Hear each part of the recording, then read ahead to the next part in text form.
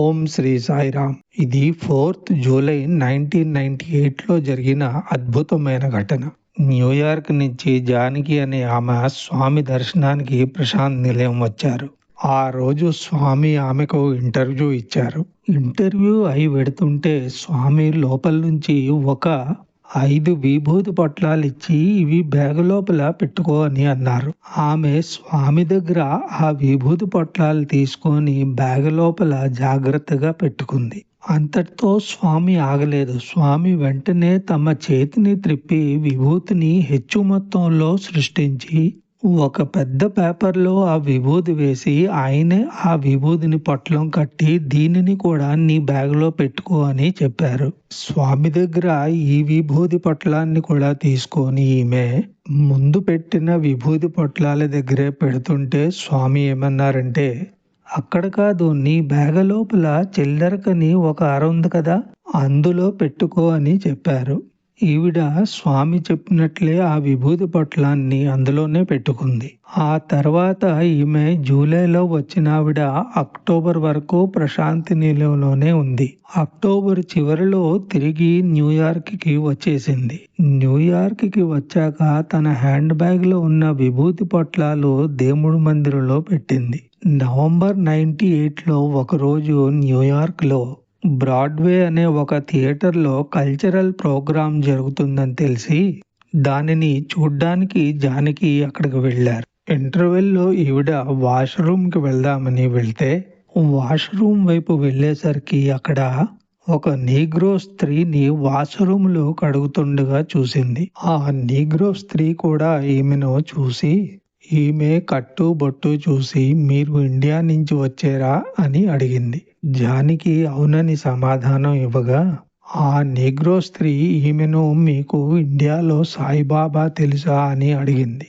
ఆ నీగ్రో స్త్రీ వేసిన ప్రశ్నకి ఈమె ఆశ్చర్యపడింది.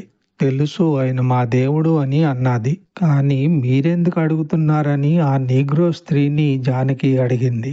దానికి ఆ నీగ్రో స్త్రీ సమాధానం ఇలా చెప్పింది, నేను ఇక్కడ బాత్రూంలవి కడుగుతూ ఉంటాను. నాకు ఒక్కరితే కూతురు, వయస్సు 8 సంవత్సరాలు. దానివి 2 కిడ్నీలు ఫెయిల్ అయ్యాయి. నా పరిధిలో నేను చేతనైన వైద్యం చేయించాను కానీ తగ్గలేదు. డాక్టర్లు కూడా ఏమీ లాభం లేదని చెప్పేశారు. పైగా వెంటనే ఆపరేషన్ చేయించాలని అంటున్నారు. కానీ నా దగ్గర అంత డబ్బు లేదు. ఏం చేయాలో తోచక నేను నా దేవుడైన జీసస్ని ప్రార్థించాను. మొన్న 4 రోజుల క్రిందట నాకు కలలో కాషాయ రంగు అంగీతో ఒక బుట్టతల వ్యక్తి కనబడి నీవు ప్రార్థిస్తున్న జీసస్ని నేనే అని అన్నారు. నా పేరు సాయిబాబా, నేను ఇండియాలో ఉంటాను. నీ పాపని నేను కాపాడతాను. నీవేమీ కంగారు పడకు అని అన్నారు. ఈ రోజు నుంచి సరిగ్గా 4వ రోజున నువ్వు పనిచేసే బ్రాడ్వే థియేటర్లో ఒక ఇండియన్ లేడీని కలుస్తావు. ఆమె పేరు జానకి. మీ పేరేమిటి అని అడిగింది. నేనే జానకిని అని ఈమె చెప్పింది. అయితే సాయిబాబా గారు మిమ్మల్ని బూటీ అడిగి తీసుకోమన్నారు అని చెప్పింది. జానకికి ఆవిడ అడిగిన బూటీ ఏమిటో మొదట అర్థం కాకపోయినా తర్వాత ఆవిడ విభూతి అడుగుతుందని గ్రహించి ప్రస్తుతం తాను విభూతి తీసుకురాలేదే, ఇంట్లో ఉంచి వచ్చాను కదా అని అనుకుని ఎందుకైనా మంచిదని హ్యాండ్ బ్యాగ్ వెతికితే జూలై 4వ తేదీన స్వామి స్వయంగా సృష్టించి ఇచ్చిన విభూతి పొట్లం చిల్లర వెనుకనే అరలో ఉంది. ఆ విభూతి పొట్లాన్ని నీగ్రో యువతికిచ్చి రోజు ఉదయం మధ్యాహ్నం రాత్రి నీళ్ళలో కలిపి ఇమ్మని చెప్పింది. ఇంతలో కల్చరల్ షో ప్రారంభం అయిందని ఆ హడావిడిలో ఆ నీగ్రో స్త్రీ పేరు గాని అడ్రస్ గాని అడగకుండా ఈవిడ థియేటర్లోకి వెళ్ళిపోయింది. ఆ కల్చరల్ షో పూర్తయి ఇంటికి వెళ్ళాక భర్తతో ఆ రోజు జరిగిన నీగ్రో యువతి విషయం చెబితే ఆయన జానకిని ఆవిడ పేరు, అడ్రస్ తెలుసుకున్నావా అని అడిగారు. లేదు, ఆవిడ వివరాలు ఏమీ తీసుకోలేదు. హడావిడిలో తీసుకోవడం మర్చిపోయాను అని అంది. జానకి ఆ విధంగా చేయడంతో జానకిని భర్త మందలించాడు. మరలా 1999 ఫిబ్రవరిలో జానకి తిరిగి ప్రశాంత నిలయానికి వచ్చారు. స్వామి మరలా ఆవిడికి ఇంటర్వ్యూ ఇచ్చారు.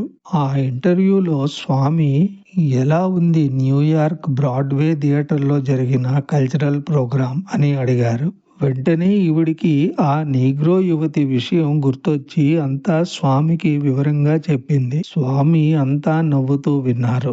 అంతా చెప్పాక ఈవిడ, స్వామి నేను ఆవిడ అడ్రస్ అడగడం మర్చిపోయాను అని అంది. ఇప్పుడు ఆ పాపకి ఎలా ఉంది స్వామి అని అడిగింది.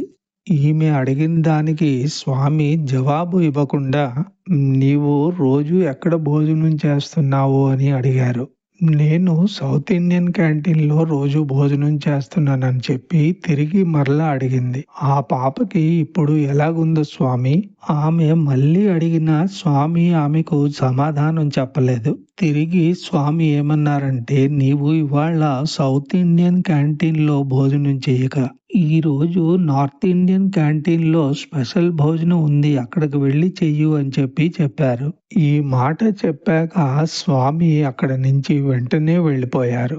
ఈమె అడిగిన దానికి స్వామి ఏమీ చెప్పలేదని ఈమె కాసేపు ఆలోచనలో పడిపోయింది. సరే, ఏదో కారణం ఉండుంటుందని తనకు తాను సర్ది చెప్పుకుంది. ఆ తర్వాత స్వామి చెప్పినట్లే మధ్యాహ్నం భోజనం కోసం ఆమె నార్త్ ఇండియన్ క్యాంటీన్కి వెళ్ళి అక్కడ భోజనం చేసి చేతులు కడుక్కుని బయటకు వస్తుంటే భుజం మీద చెయ్యి పడితే ఎవరా అని వెనక్కి తిరిగి చూస్తే ఆమె ఎవరో కాదు, ఆ నీగ్రో యువతి.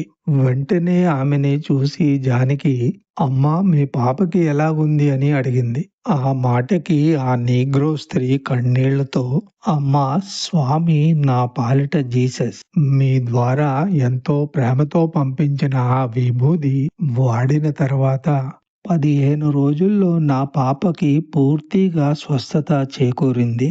డాక్టర్లు పరీక్షించి కిడ్నీలు యథావిధంగా పనిచేస్తున్నాయని చెప్పారు. అదిగో మా పాప అక్కడ ఆడుకుంటుందని ఆ పాప దగ్గరికి ఈమెను తీసుకువెళ్ళింది. జానకి ఆ పాపని ముద్దు పెట్టుకుని, నీ పేరు ఏమిటి అని అడిగితే, నా పేరు సోఫియా, నేను సాయిబాబాని ప్రేమిస్తున్నాను అని అంది. అమ్మాయి అలా చెప్పగానే జానకి కళ్ళలో ఆనంద బాష్పాలు నిండాయి. అంతేకాదు స్వామిని స్మరిస్తూ, స్వామి తనను ఎందుకు ఈరోజు నార్త్ ఇండియన్ క్యాంటీన్లోనే భోజనం చేయమన్నారో ఇప్పుడు అర్థమైంది. జై సాయిరాం.